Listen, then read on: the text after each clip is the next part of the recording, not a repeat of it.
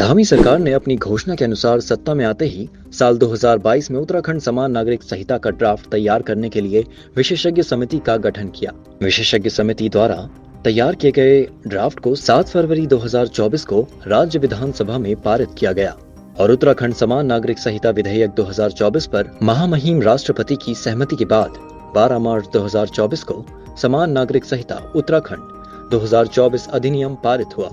वहीं उत्तराखंड समान नागरिक संहिता विधेयक 2024 के नियमावली एवं क्रियान्वयन बनाए जाने की आवश्यकता को देखते हुए पूर्व मुख्य सचिव और समिति के सदस्य शत्रुघ्न सिन्हा की अध्यक्षता में नियमावली एवं क्रियान्वयन समिति गठन की गई है। नियमावली एवं क्रियान्वयन समिति द्वारा नियमावली हिंदी एवं अंग्रेजी दोनों संस्करणों में आज 18 अक्टूबर 2024 को राज्य सरकार को सौंप दी गई है। वहीं रिपोर्ट सौंपे जाने के बाद सरकार ने राज्य स्थापना दिवस तक इसे लागू करने की घोषणा की है।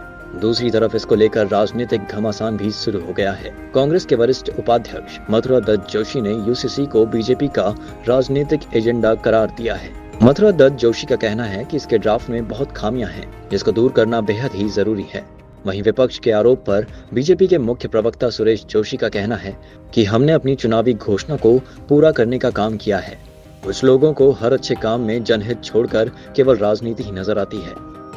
यूसीसी कोई बहुत बड़ी उपलब्धि नहीं है, क्योंकि ये भारतीय जनता पार्टी का राजनीतिक एजेंडा है और जब से भाजपा बनी है तब से कहती थी यूसीसी बनाएंगे, यूसीसी बनाएंगे।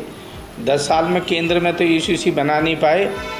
अब अपनी खींच मिटाने के लिए, अपनी शर्म मिटाने के लिए उत्तराखंड में इसको प्रयोगशाला बना रहे हैं। और जहाँ तक यूसीसी को पढ़ा है, देखा है, तो मुझे नहीं लगता उसमें बहुत कुछ कोई परिवर्तन आया है। कोई नयापन नहीं है, कोई नया ऐसा आदेश नहीं आया कि इसकी वर्ग को, कई वर्ग ऐसे हैं जो छूट गए हैं।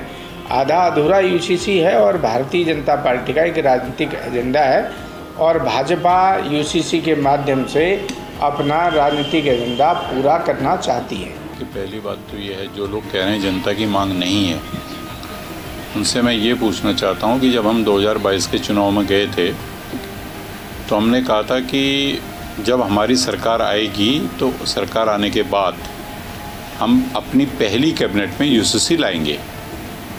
तो अगर ये जनता की मांग नहीं होती तो क्या 48 विधायकों का मैंडेट हमको मिलता?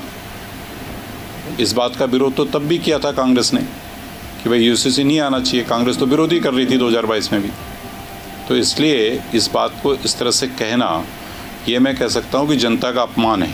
अगर कोई विपक्ष के लोग इस बात को कह रहे हैं तो सरेआम जनता को अपमानित कर रहे हैं। जनता की मांग है, उत्तराखंड राज्य में लोग यूसीसी चाहते हैं, इसलिए यूसीसी चाहते हैं कि जिस तरह से यहाँ पर डेमोग्राफिक चेंजेज हो रहे हैं, इसलिए यूसीसी चाहिए।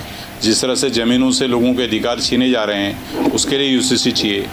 ऐसे अनेक मुद्दे हैं, शिक्षा को लेकर के है, स्वास्थ्य को लेकर के, तो इसलिए लोग यूसीसी चाहते हैं। तो ये कहना कि साहब जो है कि ये जनता की मांग नहीं है, बीजेपी की मांग है। भाई बीजेपी अगर कोई भी चुनाव लड़ेगी या कोई भी पार्टी कोई चुनाव लड़ेगी तो जनता के विषय को लेकर के तो डिमांड रखेगी ना। जब जनता कह रही है यूसीसी चाहिए, तब बीजेपी ने रखा और तब उसको हम अब लागू कर रहे हैं।